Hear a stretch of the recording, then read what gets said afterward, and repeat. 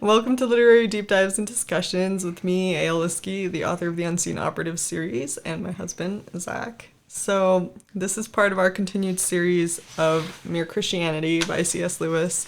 So, we are on chapter 2 this week. It's probably going to be a bit of a smaller discussion, and that is because it is a very small chapter discussing, I wouldn't say a small concept, but an important concept that is condensed. And that is the law of nature. C.S. Lewis, he goes through to try to better explain it because it kind of is, in a way, an abstract concept. So he gives 3 different explanations for it, and we're going to kind of look at those and give our own takes on it to see if we can even better explain it. We might utterly fail in doing so, we might not, but there's always so many different ways to look at things and to apply them to ourselves, so we're going to have fun with this. So his first example on what the law of nature is, and he kind of talks about what it isn't as well, because if you know what it isn't, you're more likely to know what it is. And so he compares it to the argument of herd mentality. He says that there's always 2 impulses. You'll have like the impulse to help, the impulse not to help. And he says, but then there's a third thing that tells you that you ought to follow the impulse to help and to suppress the impulse to run away. Now, this thing that judges between the 2 instincts, that decides that what should be encouraged, cannot be either of them. So the thing that is encouraging you to pick a side is not a side itself. And that's different than the way that we look at the world, because let's take the shoulder angel situation. If you have a devil on your shoulder and you have an angel on your shoulder, like they're both telling you at the same time, do bad, do good, Yeah. And he's saying that it's not either of those. There's a third thing that's telling you that you ought to put off the devil and listen to the angel. Yeah, no, exactly. He talks about this as not even an impulse, but it's an external or internal factor within yourself. It's a subtle pull for the better choice. That's the type of thing that he's trying to really get at. C.S. Lewis is trying to teach us or tell us that this concept is not about necessarily this, what people would consider to be nature, but it's a deeper part of our nature that we often don't explore. And it's a deeper part of our nature that helps us understand that we, in ourselves, pretty much always have a similar understanding of what right and wrong really is. It was actually when I was listening to this point that reminded me of a talk that's given in our church that talks about the character of Christ. And even though he doesn't directly talk about Jesus Christ in this chapter, what I gathered from that talk that connects is that the character of Christ is to turn outward when everyone else would turn inward. And so to me, he's kind of explaining this concept of, a little bit of Christ lives in all of us. We are his creations. We are inherently good. I know that differs across different Christian denominations. I'm not here to argue a point whether it is or isn't. But for the sake of it, we can call it that there is a light conscience within us, that we desire to be good as God is. And that part of us wants to put aside the argument of the instincts and do what is right. And that always includes doing something outside of ourselves for other people. Instead of for ourselves. And it's not the same as people pleasing, because when you're people pleasing, you are essentially doing something for yourself. You're trying to feel secure. You're trying to feel control. You're trying to feel liked. And that is still turning inward. This is more like you don't even think about yourself completely. It's completely selfless. You're not comparing they versus me. There is no they versus me. There's just do good, be good. So those are my thoughts on the first one. And do you have any more on the first one before we move on to number 2? No, I think that perfectly transitions into the next point, where he talks about how moral law is a tune that we have to play. The instincts that we have, or the things that we have impulses are to do, simply are like keys on a piano. When we play each note by itself is not necessarily the wrong note, but playing the wrong note at the wrong time is what creates distress or the feeling that something is not right. When we give in to certain impulses at the right place at the right time, such as when you have your spouse and you have intimacy, that is under a more acceptable as well as you feel better about it. There's a psychological connection there that's healthier than just giving into that at any moment. Yeah, and that's actually more of the blend into the third one is the impulse ones. Sure. With the piano, it's, like he's saying, it's the instincts are the keys, and every key matters. Those impulses are naturally part of us, but what's telling you what keys to play at the right time to create the proper melody is the music, right? Mm-hmm. So the music is the law of nature. It's the moral law. It's the law of decency. There's a proper way. There's a proper form to it. There's a stanza, and you see it, you know it, you play it, right? Mm-hmm. You still have the ability to play whatever note you want, and your instinct might be like, especially if you're a professional musician, that I can add a flourish here and I can stop here. So it's variable, but there's still the inside part of you that's saying this is the correct melody.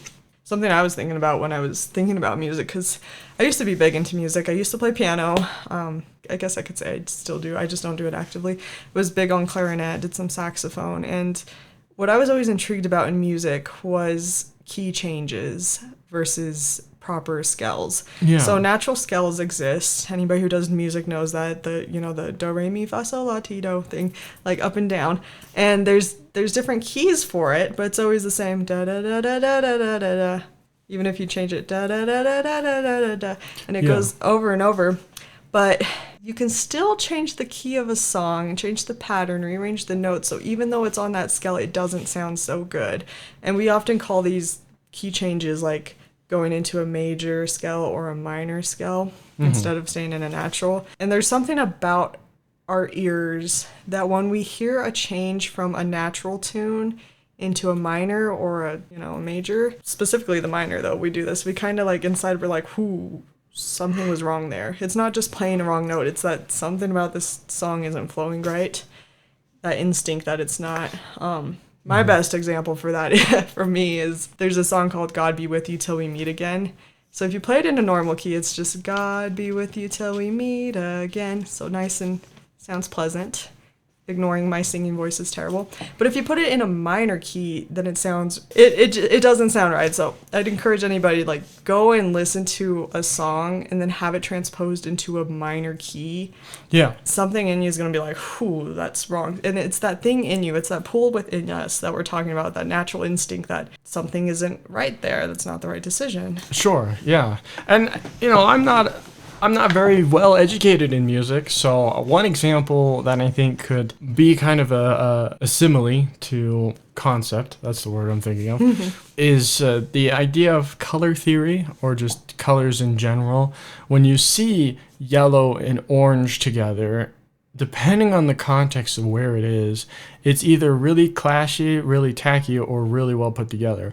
Oranges, reds and some of those warmer colors tend to look very natural and very well in nature, especially when it's in flowers or other plant life. When you get into some of those cooler colors, make things look a lot less natural. When you see a banana that's blue, it makes you feel a little bit off center, a little off put. There are certain products out there, they used to in the 90s come out with different colors of peanut butter and jelly. And those were really popular for a while, except for the fact that they didn't sell very well. They were popular amongst children because it's fun to have your strawberry jelly to be green. But the thing is, it's pretty off-putting for a lot of kids and adults. And so it gets to a point where they really just kind of discontinued that entire line in general. And while some people still say, I want my green peanut butter and jelly again, just because it was a fun and nostalgic thing, the reality is that when your food is off-colored, like your green eggs and ham, people aren't really into it. And so that's the same thing with putting for example, this entire room was hot pink when we bought the house, and we painted over a nice, neutral kind of eggshell gray tan, I guess. It's kind of a tan. Off beige thing. It's an off beige, off tan. But that's just more pleasing to the eye in a bedroom than it would be. I'm not going to paint my car this color, but I certainly will paint my house this color because it's a lot more neutral, a lot easier to match furniture with. Yeah, and it's not so much about preference. That's not the thing here. It's about what's proper in the proper context. Exactly. We have this instinct of, if this was a little girl's room, pink would be totally fine. Like, it would have felt right. We would have perceived it as okay. And, the last owner of the house, she did have a daughter in this room. It made sense for her. But for us, it was egregious because we don't have a little girl and neither of us like hot pink. So, Yeah. Context is part of it, but it's that instinct within it that says this piece does not belong. Kind of like, if I want to be a nurse, you're not going to see me taking law school classes. I mean, you might take a little bit for insurance purposes, but it doesn't cross over. If I want to be a teacher, I'm not going to go into a field of like a class for mechanics. It's not the fact that certain things are 100%, one way or another, but it is the fact that vast majority of the time, the rules dictate and follow themselves in ways that are difficult to explain, but easy to observe over a long period of time. When you look at human behavior, you'll see many, many things which coincide with these natural instincts of wanting to do the right thing, and even what defining the right thing is. There are various theories of moral law, but at the end of the day, almost every single one of them has at least a couple of things that are in common with each other. The biggest thing that differs between all of them are the reasoning why people have their specifics within different moral law theory. And that kind of goes back to what C.S. Lewis said in the first chapter, is as different as we think we are between nations, cultures, and religions, the more we study ourselves out, the more that we find underlying similarities that are far more powerful than our differences. That kind of ties in with that. But yeah, it is an abstract principle, and it is difficult for us in this day and age where we want instant answers to accept abstract principles. I think that's why, it's not hard for everybody, but it is hard for a good majority of us, because even though there's different social agendas that have us attempting to embrace abstract ideas into some solid form, our human minds can't easily conceptualize abstract things. It is a higher function. But if we think about this principle and we really don't understand it because it feels so abstract, I would just say, well, what about the definition of love? Like, how do we define, like, we can talk about how to express it. We can talk about the different sensations of it. We could talk about the different forms of it. In human development studies, we do talk about different, like, relationships of love, different kinds of love, from companionate love to romantic love to infatuation, like, just all of those things. So there's different forms of it, etc. But we have all of these different theories and manners of expressing it, because in reality, there's not a singular way to just be like, this is what love is, defined in one sentence. And it's the same with the law of human decency, the law of nature, as C.S. Lewis is explaining it, this is literally an instinct that we all have to discover in ourselves. And when you do, when you're able to identify it and learn to identify it again and again and again, it becomes, it's that higher nature of thinking. You're able to connect more with yourself, with God, with others, and it's undefinable by human words. But it does take introspection and it takes practice, which is why I think that those who meditate and those who pray are so much quicker or stronger in discerning what we mean by this and what it is than those who don't, because they've tapped into it, have that kind of practice. It's not just your conscience, it's even higher than that. Sure. I think another thing too, there's a concept that I think ties into this. It goes a little bit off base, but it works with the general understanding. Is that there's individuals who I watch on YouTube. One is a guy named Dr. K. He does the Healthy Gamer GG YouTube channel. Well, one concept that he talked about is he had a viewer that asked him, why do I act like myself around my family, but why can I not act like myself around my work coworkers and stuff? And so one of the things he describes or talks about or explains is he even just asks straight out, well, why isn't the person that you are at work the same person at home? How can those be two different people? If you're trying to reconcile that that you are, for some reason, only one particular person or one particular way, but you are no longer yourself when you're in a different setting. The reality is that both of those versions of you are you. They are the real you. That is you. You are professional in a professional setting.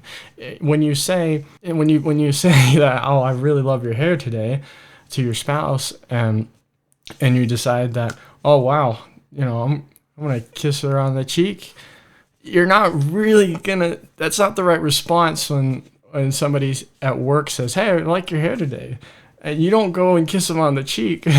That's an inappropriate response, and you get in a lot of trouble for that. And that's, if you're gonna say I'm gonna be 100% me all the time, and you think you is the you that you interact with your spouse or your family, and all of a sudden now you're acting like that with everybody, and everyone thinks you're a weirdo because you're kissing people on the cheek or telling them deeper parts of you that probably shouldn't come out at work. That's just a part of life. There's different keys, different notes, different songs. Mm-hmm. There's a proper song of etiquette, and there's a proper song of understanding when we go and we do the right thing when we're at our jobs. When we are honest with our employer is honest with us. There's a proper flow to that song where we do what we need to do, because that's just how life is. We got to go to work. We got to do things, whether we like it or not. Those things help create a harmony. Those things help us be the best version of ourselves while we're at work, but then it also lets us be the best version of ourselves while we're at home. Because when we're at home, we're singing a different tune. We're playing a different song. And that is usually a bit more intimate and a bit more specific to what's going on in each other's lives. Yeah. So there might be an argument presented that, this is all, it's a social concept. It's a structure. We're raised to think this. We're raised to behave this way. And it's a construct. That's the word. Yeah, this is all a construct. That's the reason that we go to work and act a different way. And it's why I don't just kiss anybody on the street versus my spouse. And there are social constructs. There are social cultural things that we do, nuances within these. But if you look across cultures, like C.S. Lewis is saying, and I can say this because I've lived in different countries, not just toured. I mean, I've actually lived with the people, like the people. These things still stand across the board. Respecting your elder. Even though there is a lot of argument that the younger generation doesn't know how to respect their elder and blah, blah, blah, that's the construct there, that traditions go a different way. If you observe children, if you just observe them, regardless of how they were raised or where, they have a natural inclination to listen to their adults. Yeah. Anybody who's older and peers. Bigger, you respect that. It's just something inside of us. I've seen, even having worked before with kids that were very ill-behaved, even if they don't want to listen to you, they still stop and look at you. Even if they want to defy you, they recognize that you are the higher superior. Mm-hmm. And they're either trying to make a point against you or a point for you or get along with you, but they recognize it. You can see it. There is that general awareness that there is an order to things, and you can either flow with it like you're describing or not. Like in the Philippines, for elders, if you see anybody who's older than you, you take their hand and you put it to your forehead. It's called mano. That's just what they do. Opening the door for people behind you, especially if they have a disability or if they're going slow or older, if they have a ton of stuff in their hands or if they're a struggling, parent. There's just that, it's that inclination in us that we just help out. We respect. Mm-hmm. We, like you say, when we go to work, it's not just that we know we're raised in this construct that I'm supposed to listen to my boss and follow the rules. It's before you even know the rules. It's before you even get the job. When you're sitting there in the job interview, you know that this person, you respect them, you treat them properly. And it's not just putting on a facade, even though it is in a way to kind of sell yourself. It's also saying that I genuinely want to be here and I want to work here because I need this and I feel like I'm a good fit for you. If you're properly doing that during an interview, things flow. If you're not, things don't flow. Mm-hmm. Yeah. So that was a good analogy. His third thing, which literally ties in with all this, but there's a couple other points I want to make with it. He says that there's none of our impulses which the moral law may not sometimes tell us to suppress, and none which it might sometimes tell us to encourage. It is a mistake to think that some of our impulses, say mother love or patriotism, are good, and others like sex or fighting instinct are bad. All we mean is that on occasions when the fighting instinct or sexual desire need to be restrained are rather more frequent than those restraining mother love or patriotism. But there are situations in which the duty of a married man is to encourage his sexual impulse and of a soldier to encourage his fighting instincts. There's also occasions when mother's love for her own children or a man's love for his own country need to be suppressed, or they will lead to unfairness towards other people's children's or countries. So strictly speaking, there are no such things as good or bad impulses. There's impulses, like the piano again, and they become good or wrong depending on the situation, depending on the people involved. So that goes back to the location-based part of it. Yeah. I mean, that and it's like you said, that makes more sense for my example to fit that particular subset, that third point there, because really, truly, if we put, certain colors together, they will either blend extremely well or they will contrast. And depending on the situation, you either want blending colors or you want contrasting colors. If you put a lot of extreme contrasting colors together on your clothing, depending on the color, it really does make your entire outfit pop. But if you put them all in blending colors and you're wearing basically all one color, most individuals will say that looks quite tacky, and it's not really the type of... You're just not looking very fashionable, and that's not really the goal, right? The goal is to be fashionable when you're wearing clothing, at least for a lot of people. Some people go comfort over fashion, but I think there's also just particular situations which also just puts another pin in that particular point, is that there's nothing wrong with wearing sweatpants, but there's something wrong with wearing sweatpants to a funeral. So, at least for now. For the most part, a lot of that stuff you could say is a social construct, but I also think that several things really do present themselves in a proper manner, especially when you go into the things like music theory and color theory. When you take the fundamentals and you try to recreate them, you're really not making anything new. In fact, you're just taking what is already well established and well presented on and trying to change it in a way that doesn't even make sense, right? There are some people who've tried to recreate math, but the reality is you can't really recreate math. The basics and the fundamentals are the building and guiding principles of all of those things, which help music sound good, make new pieces of music important or impactful in many ways. And the same thing with color theory. When somebody is coloring each of their shots for a movie, they're all cohesive, even though each of those shots were taken at various times of day, various days of the year, and over the course of several months. It makes it feel like the entire movie was shot in that exact 2 hours where every scene happened, because they spend a whole lot of time on the color, they spend a whole lot of time on the set design, they spend a whole lot of time on continuity. They do everything they can to make it cohesive. And that's the same thing with music, that's the same thing with color. Most people buy the same 3 colors of car because that's just what people like. And that's what people go for. And that's completely ingrained in us in ways that people can't even explain. You can try to say it's a social construct, but for the reality is people like white cars, people like black cars, people like red cars. Those are the 3 most common color of car. And you're not going to find too many variations. The few people who have those variations, it's just because they're trying to do something different. But the reality is that most of the time we have the same impulses, we have the same interactions with each other, and that's the crux of it all, is that we aren't very different from each other at all. And that's not a bad thing. The bad thing is when we try to make that the bad thing. It's what we really need to do is be able to separate ourselves, realize that these impulses we have are neither good nor bad, but the way that we apply ourselves to those things is the good or the bad. Yeah, so I'm going to go off of the immediate thought that most Christians are going to have of different denominations is that this is blasphemy. The impulse thing. See, there's theological theories about specifically sexual urges, intimate relationships, what feelings are not good because of the fall of Adam and Eve, what feelings are you're supposed to deny yourself of, and so on and so forth. And then there's also on my other side the human development perspective, human physiology.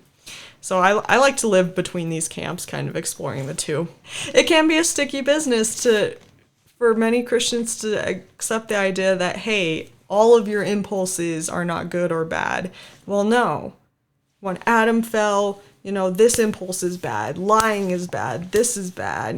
We can list X, Y, Z for different denominations all we want. We can argue all we want. But as C.S. Lewis said in the first chapter of the book, these arguments are pretty pointless. Nobody's ever going to win because as important as we each believe they are, and they are very important according to your denomination. I don't want to underscore that. That is very important to what you believe. But what I'm saying is even within those denominations, it is actually that very belief that no instinct is inherently good or bad so much as the use of it.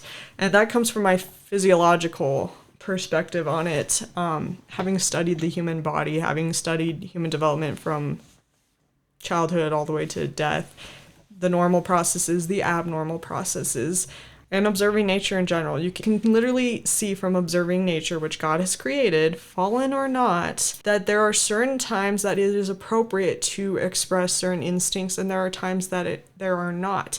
Were it not so, the human population, animal population, plants, etc., they would not continue to reproduce. So that's the sexual side of things. But there's also other urges that we have, like crying and smiling. There's an instinct to, the example, to go and help somebody. And then there's that other instinct that we're in danger, and even if I do want to help them, we have to be safe first. Mm-hmm. It's not good or bad. Therapists particularly like to kind of tap on this principle. I had MDD for a short season, which had to do with hormonal imbalances as I was regaining weight. It happens. When your weight goes up or down, your impulses change because your hormones and your neurological signals, they change. It is literally a thing that happens. And I'm not going to say science proves it, because science doesn't prove anything, but research has shown this correlation and different causations as well. So I had MDD it was about 6 months, and it was the craziest time of my life. But one of my therapists during that time, he had me sit down and I'd close my eyes and I would identify different parts of myself, different instincts. I had my happy part, I had my empty part, and we mostly focused on my empty part and what it was trying to tell me and what needs it was trying to get met. And then there was the harmful part of myself. So it's tapping into those different instincts and observing them. He would have me observe them without judgment, without labeling them good or bad, and just sensing what needs to happen right now. We all have this need that nobody can define where it comes from. It's not a social construct to communicate. We need other living beings. Even the most introverted person needs somebody else there. And I have yet to meet an introverted person who is not extroverted online, especially in the author community. I see so many people on Instagram. They're like, I'm an introvert, I don't want to go outside. And yet they're posting and interacting. And it's like, you need humans. It's not about being introvert or extrovert. There's that inherent need in you that knows it is good to connect with others, especially to connect with others of our interests. We have that instinct of, I don't want to be friends with you because something about you doesn't connect with something about me. It's not because you're necessarily a bad person. Maybe it is. Maybe it's because I perceive you're a bad person. But in the very core of it, it's, I don't connect with you, you don't connect with me. So all of these instincts, it's our fight or flight, our rest or digest. All of that is in us. The sexual urges are in us, the urge to speak loud, the urge to suddenly be quiet, the urge to hide, the urge to not hide, to sing, to not sing, to jump, to not jump, to dance, to be happy, to speak or to not speak. All of these urges, these instincts of things that we do and are, come from somewhere. It is inappropriate to use them in some places. And this instinct, this higher conscience is telling us where it is appropriate to use them and where it's not. But it really does stem from how God created us in his image. God has these same qualities in a sense. He's obviously not fallen because he knows when to practice them and when not to practice them. Else, why would he have so many spirit children? Something has to happen. There's no ex nihilo and poof. I know when to righteously practice anger. Jesus showed that in the temple. He knew when to righteously practice anger. And did he actually hurt anybody when he did that? No. We don't have any recording of that. I mean, he overturned tables and there was a lot of tossing of things, but he didn't harm directly another person. He exercised anger righteously. He knew how to show love to sinners appropriately. He wasn't just saying, yeah, it's okay to sin. I can show love and still show expectation, So it's that higher way of thinking. It's kind of, in a sense, that I feel like C.S. Lewis is trying to say is how to be more godlike is inherent in us. We just need to learn how to connect with that, connect to God.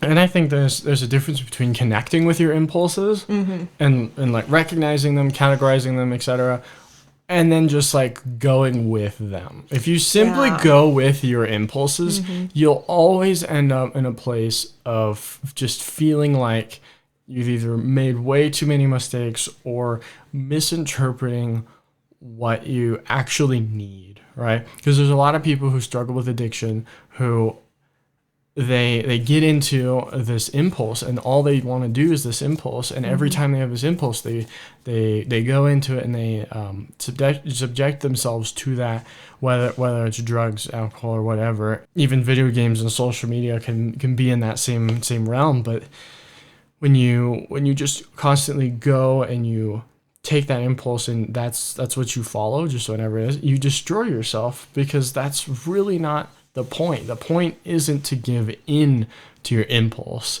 It's to connect with your impulses. When you connect with someone and have an intimate relationship and you're with them and everything is proper, then what that is taking that impulse and giving it its purpose without getting out of the bounds of it. The flames of love really become a dangerous thing when it starts to spread or outside of the campfire. And so every time that we have the impulse to eat, if we eat the proper amount, we can be healthy. We eat too much or eat too little, we're no longer healthy, and we're not giving into our impulses in a proper way. We're not connecting with them.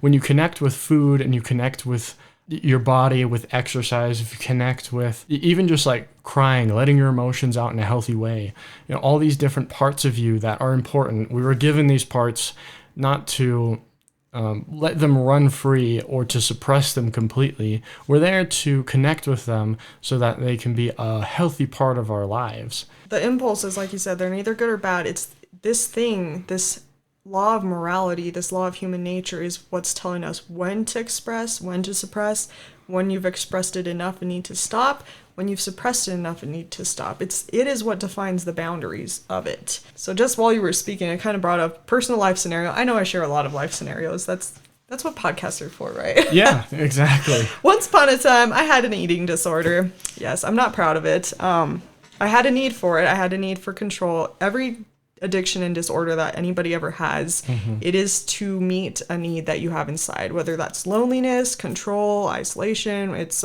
feeling loved, etc. Mine was a control thing. My eating disorder started alongside my GI disorder when I was in the Philippines. I still have the GI disorder, don't have the eating disorder, but I recall several points in time when, I couldn't tell my hunger signals anymore. I couldn't tell what was going on. I was eating probably at most 300 calories a day. which is not okay for it. Like, a growing child needs more than that. But that's about how much I was eating. And I would lay there at night and I would think to myself, like, I feel very weak. I should probably eat something. There's that notion in my head that, restricting what you eat, even if it hurts, it's not the right thing to do. Before I even got to that point of eating 300 calories, when I was eating normal amounts but still losing weight, I started off by eating healthier. My control was eating healthier instead of eating all the fried foods they have, which, by the way, a good majority of the foods in the Philippines you might think are healthy. They're loaded with oils and they're fried and they're just not. So I was trying to eat healthier, which is a good thing. My instincts were telling me it's good to eat healthier, eat more fruits, eat more whole grains, eat more bananas, eat more protein. I started off with that good instinct, but as you're saying, I let it get extreme until that point that I would be lying there thinking, what you're doing isn't good anymore. You need to stop. That was the higher voice in me telling me that it's not good anymore. And I was ignoring the impulse to follow it. I was instead turning inward instead of outward. It was about, I need this control, even though I don't know why, because I didn't know why at the time. I didn't to me, it was the new normal. It was just how things were. Eating food now hurt. It literally hurt. Not just because of the eating disorder, but because of the GI disorder. And regardless of those as reasons or excuses, I was ignoring that inside part of me. And as I was recovering from the eating disorder, that was a huge part of my recovery. Was there would be times that I did not want to eat. Frequently, I did not want to eat. And especially on the days that I knew, it's a new week and you need to just up maybe even just 10 calories. 10 calories. And a normal American, 10 calories is nothing. We eat 10 calories here and there anytime. It doesn't do anything to your body. I know that now. At the time, and this was before my nutrition education, I was just I can't do it. It was so hard. And this little thing inside me was saying, this is the right thing to do. You can do it. You have strength. And for the most part, I was able to follow through with that. It gives you strength when you tap into that in identifying that which one to express and which one to suppress right now. When you can tap into that law of decency inside yourself and around others, it makes an empowering difference. That's what gives you strength. That to me is what connects you to the Lord's grace, is because he's the one that's governing that law of morality. Yeah, exactly. And I think that's where people get hung up when they hear morality. They get hung up on that word, but what C.S. Lewis is just simply trying to state is that we are too hung up on these words and these definitions, and we're not looking at the bigger picture. Mm-hmm. When he's talking about, especially in the preface and some of these other things like we talked about before, when we talk about the word gentleman, it's changed. When we look at morality, that's kind of changed. When we look at human nature or herd mentality or some of these terms that he's using, he's explaining that some of these things have really changed, and trying to go back to the root of the problem is a misunderstanding. Mm-hmm. Is that we're misunderstanding, and we're instead of trying to gain a fuller understanding of ourselves, our connection with God, and our connection with our bodies, and our connection with our feelings, why we make certain decisions, why we have certain impulses. Instead of trying to reconcile all of that, we just come up with these definitions that make us feel better and try to put down others, rather than taking all that we have, all of this human experience, and making it more enriched by not only giving ourselves more grace, but giving others more grace. Because that's what we really need. We need to better understand who we are by connecting with our impulses. And impulses sound like such a negative word, but in reality, an impulse is just that feeling, that urge to do something. We have a million of those throughout the whole day, and they're not necessarily bad. It's just the way that we interact and connect with them. If we have an unhealthy relationship with someone, that's the same thing as us having an unhealthy relationship with an impulse. You have it too much or have it too little, we hurt ourselves because we're not taking advantage of the fullness of life in general. The fullness of our lives comes with a proper connection with ourselves and others. Precisely. So just to make sure that we're getting this straight across, we are not saying that, giving grace is giving all tolerance. We're not doing that. We're not saying embrace this new way of life. We're not even trying to preach a specific religion here. The beauty of this, of understanding and connecting with yourself, understanding the difference between human nature's law and impulses is that it enhances your worship according to your denomination. Every denomination has their set standards of this is when you practice this impulse and this is when you don't practice it.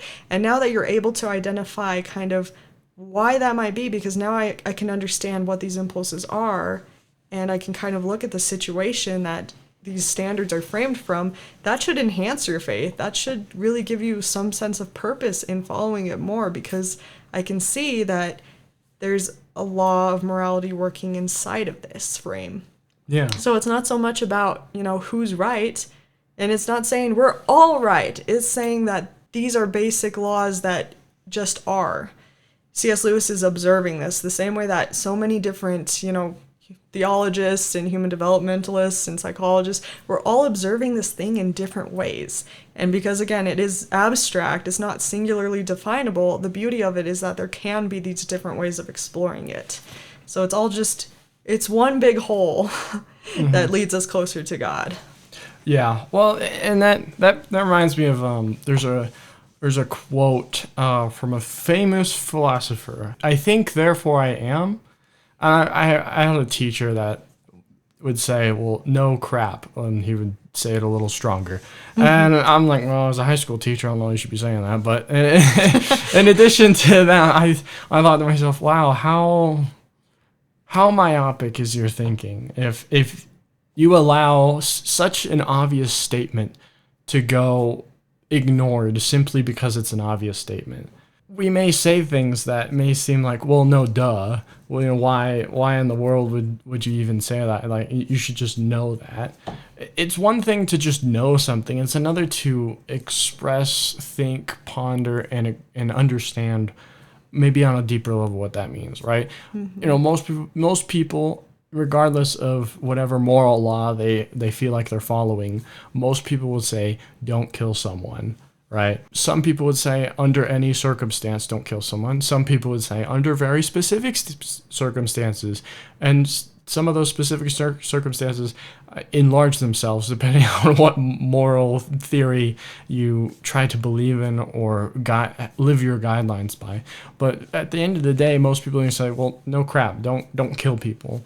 And you're really missing the point if that's all you get out of it. What you really need to understand is, I have this impulse. Therefore, if I connect with it in a healthy way, and sometimes that takes a little bit of trial and error, but there's also plenty of research that you can do, not only for a more psychologically healthy and better understanding.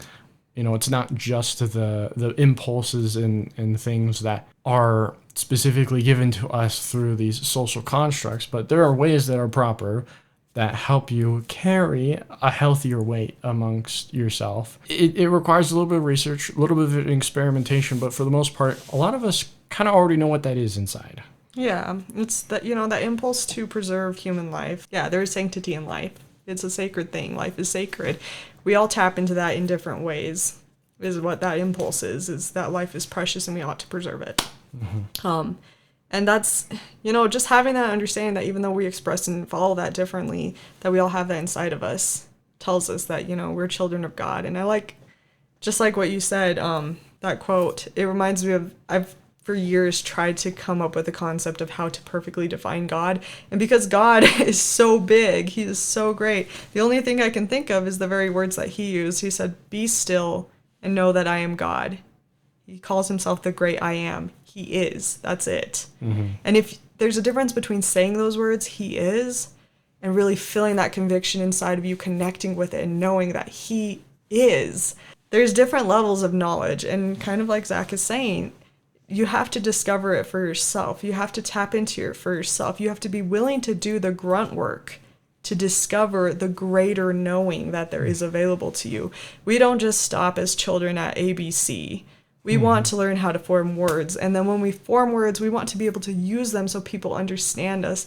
We have an inherent need to want to articulate properly, even though we all still stink at it. Going back to the first chapter there. But yeah, all these things in us, they are real. They are good, good or bad. They just are, just like God is. And we have the chance to do something good with them, to live in line with them, to really connect with them.